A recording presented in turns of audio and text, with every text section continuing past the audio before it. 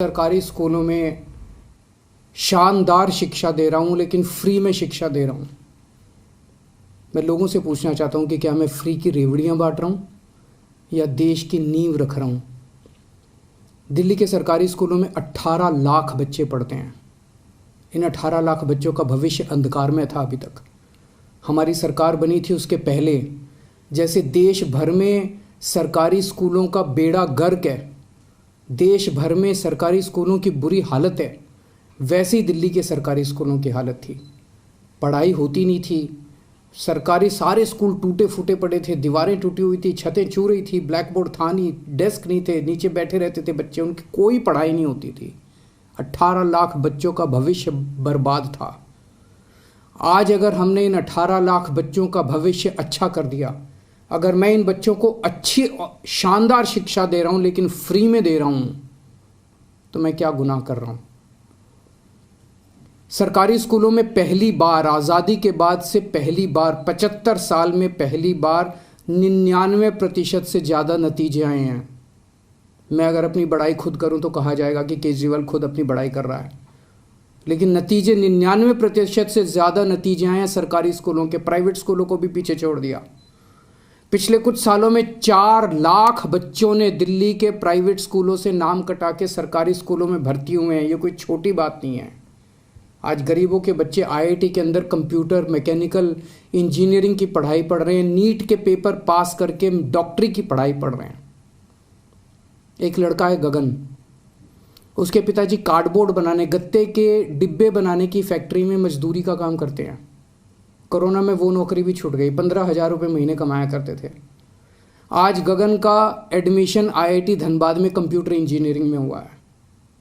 उससे पूछ के देखिए कि क्या केजरीवाल फ्री की रेवड़ियाँ बांट रहा है या देश का भविष्य बना रहा है।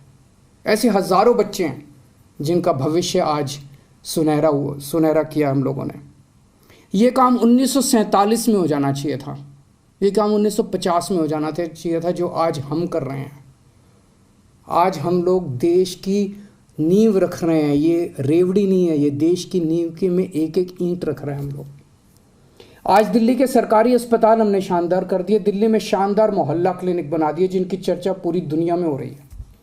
पूरी दुनिया के अंदर दिल्ली एक वो चुनिंदा शहर है जहां पे दिल्ली की 2 करोड़ जनसंख्या, एक एक आदमी का इलाज मुफ्त है। एक एक आदमी का, 2 करोड़ लोग रहते हैं दिल्ली में, एक एक आदमी का इलाज मुफ्त है, चाहे वो गरीब हो चाहे अमीर हो। हम ये नहीं पूछते कि कौन सी जात का, कौन सी धर्म का है, अमीर है, गरीब है, आदमी है, औरत है, छोटा है, बड़ा है, जो भी आदमी है हर एक का इलाज मुफ्त है। 30 लाख, 40 लाख, 50 लाख रुपए का भी अगर उसका ऑपरेशन का खर्चा आएगा, उसकी सारी दवाइयाँ, उसके सारे टेस्ट, उसके सारे डायग्नोस्टिक्स, सब कुछ उसका मुफ्त होता है। सारे मोहल्ला क्लिनिक्स के अंदर उनका इलाज मुफ्त होता है। क्या मैं ये फ्री की रेवड़ियाँ बांट रहा हूँ? आज दिल्ली के अंदर अगर किसी का एक्सीडेंट हो जाए, हमने एक फरिश्ते स्कीम बनाई है, अगर किसी का एक्सीडेंट हो जाए तो उसको हमने कहा है कि उसको नियरेस्ट अस्पताल में ले जाइए। आसपास जो भी अस्पताल हो, चाहे कितना भी महंगा अस्पताल क्यों ना, उसे उठा के ये नहीं सोचना कि उसे नियरेस्ट अस्पताल में ले जाइए। उस आदमी को ठीक करने का सारा खर्चा दिल्ली सरकार देती है। फरिश्ते स्कीम कहते हैं हम इसे। मैं एक आपको उदाहरण देता हूँ। विकास सानी साहब हैं, ईस्ट दिल्ली में रहते हैं। अपने घर से निकले मार्केट के लिए, रास्ते में एक्सीडेंट हो गया। भगवान की कृपा थी कि उधर से अंतुल कोहली जी गुजर रहे थे, उन्होंने उनको उठाया और वो उनको अस्पताल ले गए। उस छोटे अस्पताल ने उनको फोर्टिस में रेफ़र कर दिया क्योंकि चोट बड़ी गहरी थी।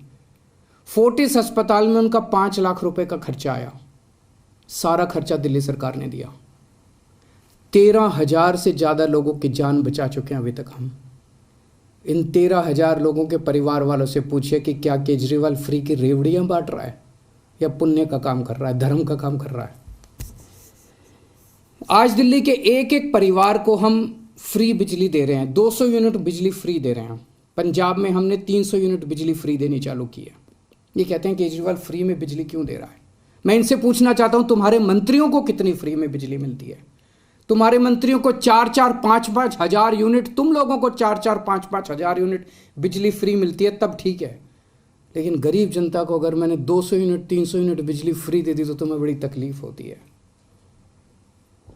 आज दिल्ली के अंदर हमने फ्री में लोगों को योगा कराना चालू किया। 17,000 लोग दिल्ली में, हम उनको फ्री में टीचर भेजते हैं। रोज सुबह हमारे 500 से ज़्यादा टीचर फ्री में जगह जगह लोगों को योगा कराने जाते हैं। हमने दिल्ली में सबकी दवाइयाँ सब कुछ फ्री कर दिया, टेस्ट फ्री कर दिए, इलाज फ्री कर दिया, लेकिन हमारा मकसद है कि कोई बीमारी नहीं पड़ना चाहिए। उनको योगा सिखाते हैं हम लोग। 17,000 लोगों को हम योगा सिखा रहे हैं, डेली फ्री में योगा टीचर भेज रहे हैं। बताइए क्या गलत कर रहे हैं? आज मैं दिल्ली में हजारों लोगों को फ्री में यात्रा करा चुका, हजारों बुजुर्गों को, लगभग 45,000 से ज़्यादा बुजुर्ग ये तीर्थ यात्रा कर चुके हैं। अयोध्या जी गए, हरिद्वार ऋषिकेश गए, मथुरा वृंदावन गए, शिरडी बाबा गए, रामेश्वरम जी गए, पुरी जी गए, पता नहीं कहाँ कहाँ हम लोगों ने उनको फ्री में तीर्थ यात्रा कराई है। तीर्थ यात्रा कराने का तो पुण्य होता है। और ये लोग कह रहे हैं कि ये लोग मुझे गालियाँ दे रहे हैं, कह रहे हैं केजरीवाल फ्री में रेवड़ी बांट रहा है। आज महिलाओं को हम दिल्ली में फ्री में ट्रांसपोर्ट, फ्री में उनको हम बसों में ट्रांसपोर्ट दे रहे हैं। मेरा क्या कसूर है? जो लोग मेरे को गालियां दे रहे हैं उन्होंने हजारों करोड़ रुपए खर्च करके अपने लिए प्राइवेट प्लेन खरीदा है। हजारों करोड़ रुपए खर्च करके अपने लिए शानदार हवाई जहाज खरीदे हैं इन्होंने। केजरीवाल अपने लिए हवाई जहाज नहीं खरीदता। केजरीवाल अपनी माँ बहनों का सफ़र, उस पैसे को बचा के माँ बहनों का सफ़र फ्री करता है। बताइए केजरीवाल क्या गलत कर रहा है? पढ़ा लिखा हूँ मैं, इंजीनियरिंग में डिग्री करी है, मैंने अकाउंटिंग की भी पढ़ाई करी है, कानून की भी पढ़ाई करी है, और असली डिग्री है मेरी, डिग्री भी फर्जी नहीं है। सब कुछ समझता हूँ। आज इतनी चीज़ें फ्री करने के बाद भी दिल्ली का बजट फ़ायदे में चल रहा है। ये मैं नहीं कह रहा।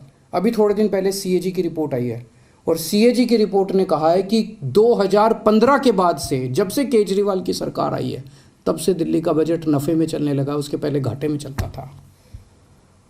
तो बजट भी नफ़े में चल रहा है। कोई नया टैक्स नहीं बढ़ाया, भ्रष्टाचार ख़त्म कर दिया। भ्रष्टाचार ख़त्म करके जो इतना पैसा बचा, उससे अगर अब मेरे अपने लोगों की मैंने इतनी सहूलियतें दे दी, तो बताइए मैंने क्या गलत किया? मैं बताता हूँ आपको फ्री की रेवड़ी क्या होती है, और मैं बताता हूँ आपको इस देश में फ्री की रेवड़ी कौन बांट रहा है। एक कंपनी है बहुत बड़ी, उस कंपनी ने लोन लिया कई बैंकों से, खा गए वो लोन, बैंक दिवालिया हो गए, और उस कंपनी ने एक राजनीतिक पार्टी को चंदा दे दिया, कुछ चंद करोड़ रुपए का, और उस कंपनी के खिलाफ सरकार ने कोई एक्शन नहीं लिया। ये फ्री की रेवड़ी है। जब आप अपने दोस्तों के हजारों हजारों करोड़ रुपए के लोन फ्री में माफ कर देते हैं, ये फ्री की रेवड़ी है।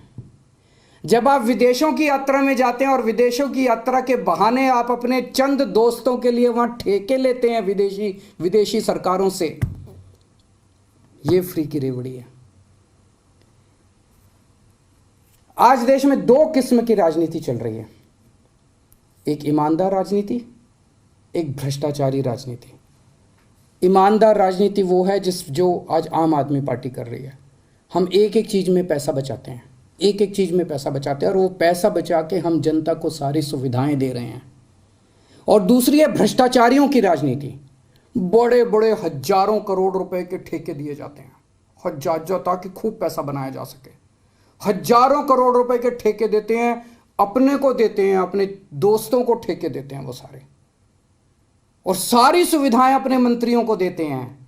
जनता सुविधा मांगे तो कहते हैं कि नहीं नहीं, ये फ्री रेवड़ी बांट रहे हैं। जनता को सुविधाएं नहीं देंगे, जनता को सुविधाएं नहीं देंगे, अपने मंत्रियों को सुविधाएं देते हैं, अपने दोस्तों को ठेके बांटते हैं।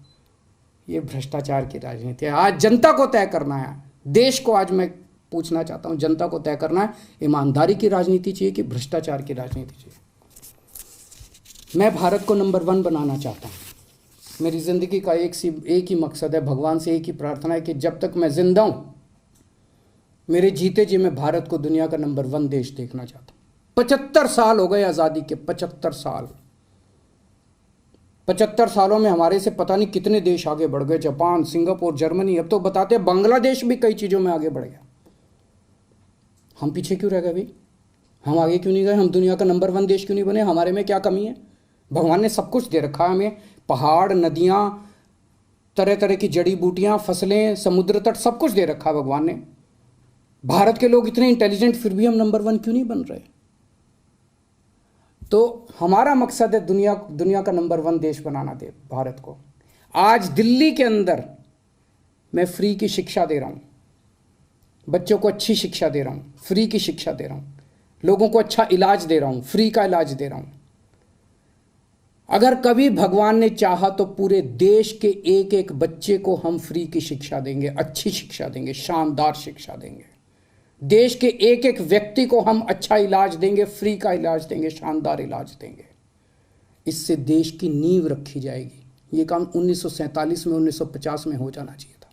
और जब तक हम अपने देश की नींव नहीं रखेंगे, जब तक हमारी नींव मजबूत नहीं होगी, तब तक भारत दुनिया का नंबर 1 देश नहीं बन सकता। हम भारत के अंदर कैपेबिलिटी है, कैपेसिटी है आगे बढ़ने की, लेकिन उसके लिए हमें एक ईमानदार राजनीति की ज़रूरत पड़ेगी। नमस्कार।